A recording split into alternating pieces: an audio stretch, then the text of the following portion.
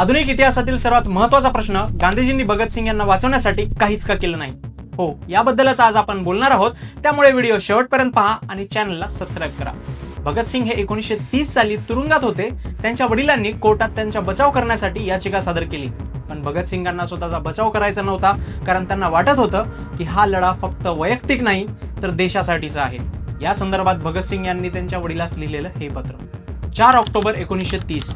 प्रिय बाबा, आपण माझ्या बचावासंदर्भात विशेष न्यायाधिकरणाच्या सदस्यांकडे याचिका दाखल केली. हे ऐकून मी थक्क झालो. हा माझ्यासाठी इतका मोठा धक्का होता की तो शांतपणे सहन करणे अशक्य झाले. यामुळे माझ्या मनाचा संपूर्ण समतोल बिघडला आहे. या टप्प्यावर आणि या परिस्थितीत अशी याचिका दाखल करणे आपल्याला योग्य कसे वाटले हे मला समजत नाही. आपल्या भावना आणि प्रेम मी समजतो, पण माझ्याशी कोणतीही चर्चा न करता माझ्या वतीने असा निर्णय घेण्याचा आपल्याला काहीही अधिकार नव्हता असं मला वाटतं.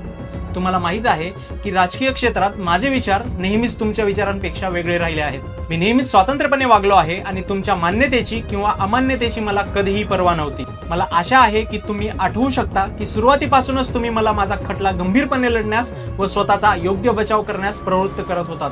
पण आपण हेही जाणता की मी नेहमीच त्याला विरोध करत आलो आहे. मला स्वतःचा बचाव करण्यासाठी कधीही इच्छा नव्हती आणि मी त्याबद्दल कधी गंभीरपणे विचारही केला नाही.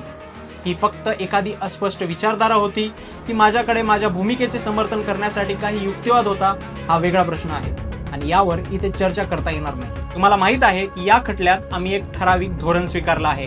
माझी प्रत्येक कृती त्या धोरणाशी, माझ्या तत्वांशी आणि माझ्या कार्यक्रमाशी सुसंगत असायला हवी होती. सध्या परिस्थिती पूर्णपणे वेगळी आहे, पण जरी परिस्थिती अजून वेगळी असती तरीही मी शेवटचा माणूस असतो जो स्वतःचा बचाव केला असता. या संपूर्ण खटल्यादरम्यान माझ्या मनात एक विचार होता, आमच्यावरचे आरोप कितीही गंभीर असले तरी खटल्याकडे पूर्णपणे दुर्लक्ष करावं. माझं नेहमीच असं मत राहिलं आहे की सर्व राजकीय कार्यकर्त्यांनी कायदेशीर लढ्याबद्दल दुर्लक्ष करावं आणि न्यायालयांमध्ये त्यांच्याबद्दल चिंता करू नये. तसेच त्यांच्यावर लादल्या जाणाऱ्या सर्वात कठोर शिक्षाही धैर्याने स्वीकाराव्यात. ते स्वतःचा बचाव करू शकतात, पण तो केवळ राजकीय दृष्टिकोनातून असावा, वैयक्तिक दृष्टिकोनातून कधीही नाही. या खटल्यात आमचे धोरण नेहमीच या तत्वाशी सुसंगत राहिले आहे. आम्ही या तत्वात यशस्वी झालो की नाही हे मी ठरवू शकत नाही. आम्ही नेहमीच निस्वार्थपणे आपले कर्तव्य पार पाडले आहे. लाहोर कट प्रकरणाच्या अध्यादेशासोबत दिलेल्या निवेदनात व्हॉइसरॉयने म्हटलं होतं की या प्रकरणातील आरोपी कायदा आणि न्यायव्यवस्था यांचा अवमान करण्याचा प्रयत्न करत आहेत. यामुळे आम्हाला लोकांसमोर हे दाखवण्याची संधी मिळाली की आम्ही कायद्याचा अवमान करत आहोत की इतर कोणी. लोक आमच्याशी असहमत असू शकतात, तुम्हीही त्यापैकी एक असू शकता, पण याचा अर्थ असा होत नाही की माझ्या संमतीशिवाय किंवा माझ्या माहितीशिवाय माझ्या वतीने हे पाऊल तुम्ही घ्या. माझे जीवन माझ्यासाठी इतके मौल्यवान नाही जितके कदाचित तुम्ही समजता. माझ्या तत्वांच्या बदल्यात ते विकत घेण्यासारखेही नाही.